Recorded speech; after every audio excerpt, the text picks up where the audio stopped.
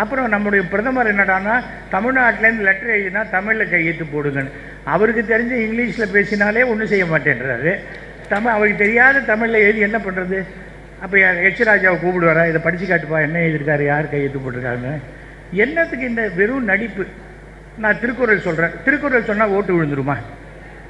திருக்குறள் திருவள்ளுவரே இங்கேருந்து போனவர் தானே, அவரை வச்சு நம்மக்கிட்டே பிஸ்னஸ் பண்ணலான்னு பார்த்தா அது எப்படி சரியாக நடக்கும்?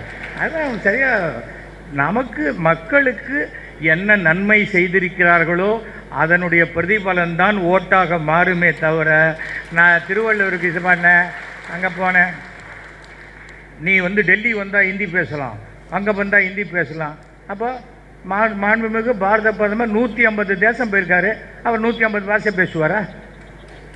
அதே ஒரு பாஷை தானே, நகி அச்சா அதுதானே சொல்கிறாரு. இன்றைக்கி சுப்பிரமணிய சாமி போட்டிருக்கார், காஷ்மீரில் இறந்து போயிட்டாங்க, வெறியா பீகாரில் உட்காந்து பேசிகிட்டு இருக்காரு. இவர் காஷ்மீர் தான் போகணும், அவர் தான் பேசிட்டார்ல, கேட்டிங்களா, வீட்டில் போய் தூங்குங்கன்றார். அதாவது மக்களை வெறுமனை பேசி பேசி இது பண்ணக்கூடாது. காஷ்மீரில் கூட பாருங்கள், சில முட்டாள்கள் தமிழ்நாட்டில் எழுதுகிறாங்க, முஸ்லீம்கள் இவர் இந்துவான்னு கேட்டு கொண்டுட்டாங்க. அதில் இந்துக்களை காப்பாற்றுவதற்கு உயிர் விட்டது 2 முஸ்லீம். மறுபடியும் சொல்லட்டுமா?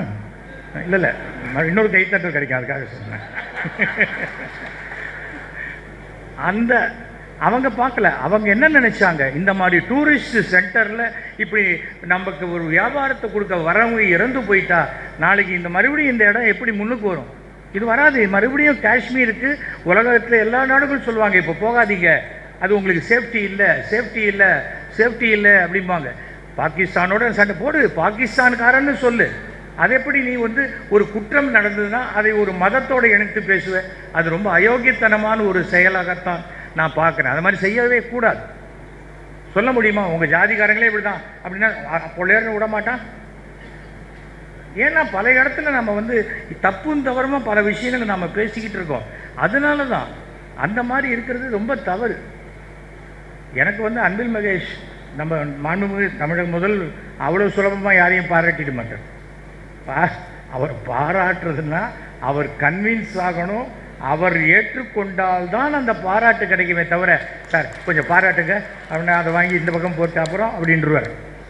அப்படிப்பட்டவர். இவர் 45 மினிட்ஸ் பேசி முடித்தோன்னே சபாஷுங்கிறார். நேற்றைய பேச்சும் இன்றைய பேச்சும் மலைக்க வைத்து விட்டதுன்னா எவ்வளோ பெரிய இந்த இளைஞருக்கு நம்முடைய பாராட்டுதலை நாம் தெரிவித்துக் கொள்வோம்.